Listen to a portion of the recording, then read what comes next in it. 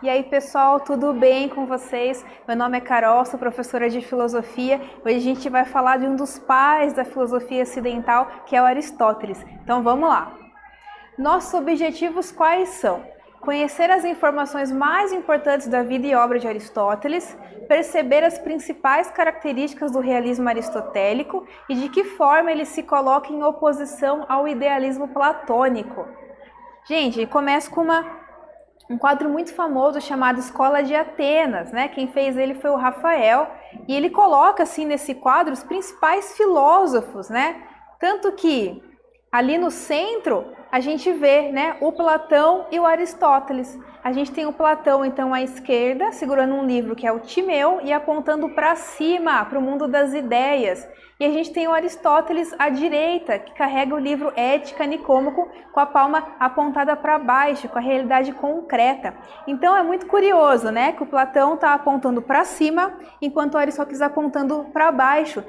Eles estão no centro do quadro, né? Isso já marca a filosofia deles. Enquanto a gente viu nas aulas do Platão, né, quanto ele é idealista no sentido de pensar no mundo das ideias, no mundo racional, esse que está para cima, né, como que é o mais interessante, o que mais aproxima a pessoa da verdade. O Aristóteles é aquele que não nega o mundo sensível, o mundo material ao qual nós estamos inseridos.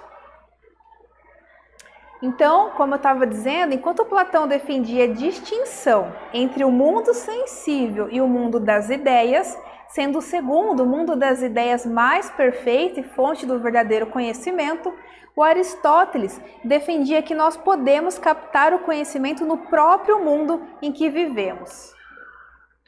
Platão seria tido como um idealista e Aristóteles um realista. Na verdade, ambos são realistas, só que o real deles é diferente. O real para Platão é a ideia, e o real para Aristóteles é a realidade sensível. Quando a gente fala em filosofia o que é o real, né? Quando eu falo assim, o Aristóteles ele está falando do mundo sensível, enquanto Platão está falando do mundo das ideias. Bom, professora, se o mundo das ideias é esse mundo abstrato, não é real, é isso? Claro que não, né? Existe o real sim para Platão. Quando ele fala de uma ideia ou de forma perfeita, isso que é real para ele. Assim como Aristóteles está dizendo do real, das coisas que a gente percebe, né, parece muito mais fácil de associar isso como real, mas para o Platão a ideia também é real. Minha academia se compõe de duas partes: o corpo dos alunos e o cérebro do Aristóteles. O Aristóteles, né, ele foi um aluno querido do Platão, aluno importantíssimo da academia do Platão. Ele nasceu em Estagira, na Macedônia. Então veja, o Aristóteles ele não nasceu em Atenas. E isso vai ser importante ali, né, na vida dele, vai mudar um pouco a vida dele, né, em 384 a.C. Com 17 anos ele partiu para Atenas e começou a frequentar a academia de Platão. Por conta do local de seu nascimento, o autor é chamado de estagirita, né, por causa que ele nasceu em Estagira. Veja só, né, a longitude que foi aí o Aristóteles entre Estagira e Atenas. Então, gente, já conversou em outros momentos sobre o que era você ser um estrangeiro em Atenas, né? Atenas tinha assim, né, uma coisa meio quem nascia ali era considerado mais cidadão do que quem não era. Então, Aristóteles, afinal de contas, assim, era um estrangeiro. Discordou de muitas das ideias de seu mestre Platão. Costumava-se dizer que Aristóteles traz as ideias do céu à terra. Isso bem como a gente estava dizendo, né? Traz as ideias do céu à terra, ao mundo sensível. O mundo sensível faz sentido sim, né? Escreveu uma série de obras que falavam sobre política, ética, moral, lógica e outros campos de conhecimento. É referência nestas áreas até hoje. Por ser considerado o cérebro da Academia de Atenas e o discípulo preferido de Platão, após a morte do seu mestre, do Platão, em 347 a.C., Aristóteles considerava, mas deveria ser então, né, o sucessor da Academia, mas ele foi rejeitado por ser estrangeiro e substituído por um ateniense nato. Eu lembro que eu estava dizendo a vocês, né, o fato de você ser estrangeiro em Atenas significava muita coisa. Então, quando Platão morre, a academia do Platão fica, né, o Aristóteles que era ali, inclusive né, gente, o aluno mais famoso, Platão, não tem como negar. Só que ele não assumiu a academia justamente porque ele era estagirita, né, ele não era ateniense. Em 343 a.C., foi convidado pelo rei Felipe II da Macedônia para ser preceptor de seu filho, Alexandre. Olha aí a foto dos dois, a imagem dos dois, que ficaria conhecido como Alexandre o Grande ou Alexandre Magno.